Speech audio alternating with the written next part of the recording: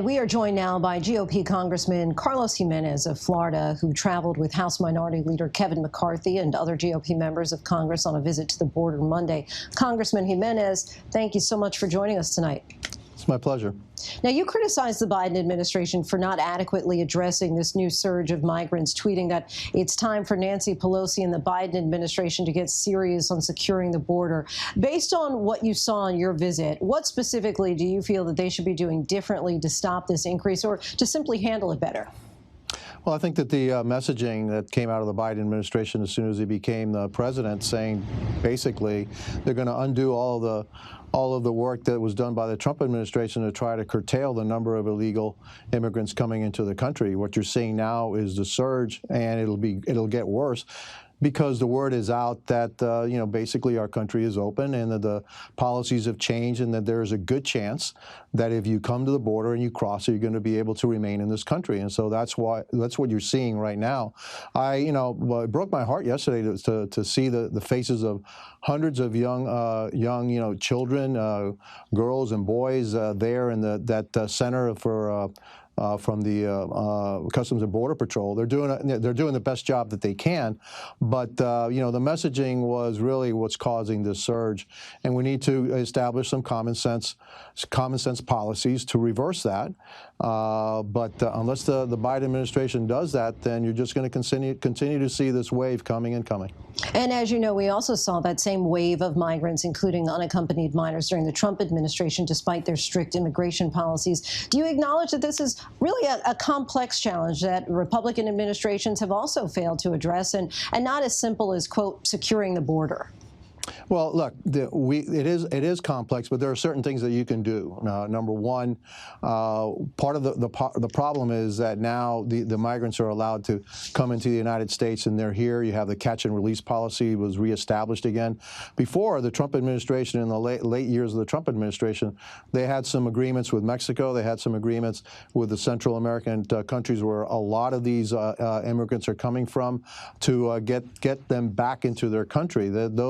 Those policies, those agreements were overturned by the Biden administration. That's part of the problem. We need to add hundreds of judges that will adjudicate the claims by the migrants that they're seeking political asylum.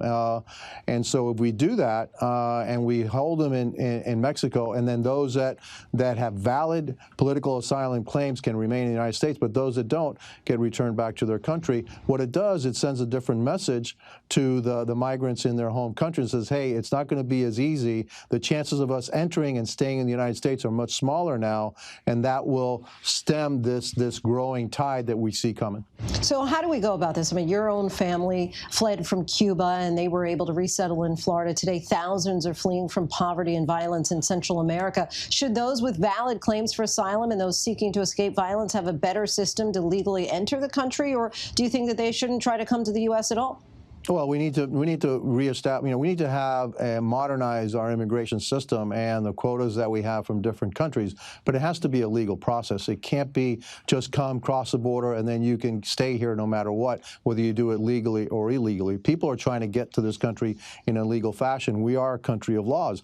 My family came to the United States, legally, and so there are ways to get to the United States in a legal fashion. And I sympathize with the plight of those migrants and from Central America and Mexico that are trying to come to the United States. They have international gangs that are roaming free, and especially in the central part of America, Central America, and that's why they're trying to flee that. I sympathize with that, but again, this is a country of laws. We have to have a rational method of allowing immigrants to come, but it has to be done in a legal fashion. It can't be done the way it's being done now. We're being overrun at the border. Our Customs and Border Patrol agents are overworked, overrun. They don't have enough people. They need better technology. Many of them have told us that they need the final pieces of that border wall should be constructed to help them. They need technology, but they also need, they need common sense policies that don't incentivize people to come into this country illegally. Just curious, though, here, because if we're talking about the urgency of now, talking about gang violence and people who feel that there's something that is life-threatening now. They don't necessarily have the time to follow the policy and fill out the paperwork. Any thoughts on that? Yeah, I think that we need to take steps to better help those countries in Central America that are having these kinds of problems. How can we improve their lives? How can we send more aid into those countries so that the folks that live there look, most people that, you're fine in the country that you're born with unless you got some kind of issue that forces you out, like my parents were forced out by communism. And I know that there's a lot of violence going on in Central America right now due to these gangs. The United States needs to do a better job of helping those countries handle that gang problem so that the people would want to stay in their country and not want to immigrate to the United States. And lastly, how much of this latest surge is a product, would you say, of our overall broken immigration system? And rather than each party blaming the other, is Congress capable of addressing this with bipartisan legislation that deals with who can come into the country and how?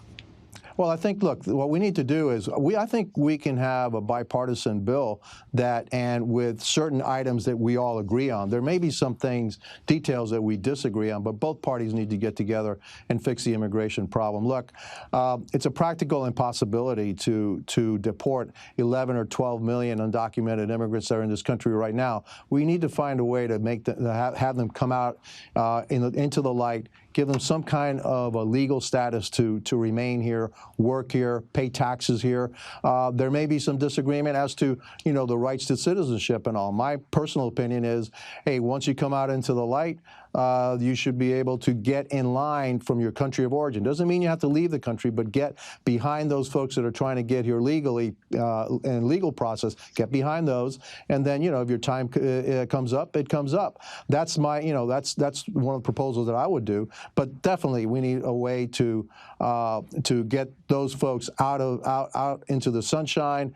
Again, they're here, they're working. Make that a process where they can do that legally, but we have to secure our border. If we don't secure our border, whatever we do now with the folks that are here now undocumented and fix that problem, we're just going to have to deal with this 5, 10, 15 years down the road because we didn't fix the problem at the border. We need to fix the problem at the border first, and then look at the ways that we can fix the problems with the undocumented immigrants that are here in this country. Congressman Gimenez of Florida, we thank you so much for your time. It's my pleasure. Hi, everyone. George Stephanopoulos here. Thanks for checking out the ABC News YouTube channel. If you'd like to get more videos, show highlights, and watch live event coverage, click on the right over here to subscribe to our channel. And don't forget to download the ABC News app for breaking news alerts. Thanks for watching.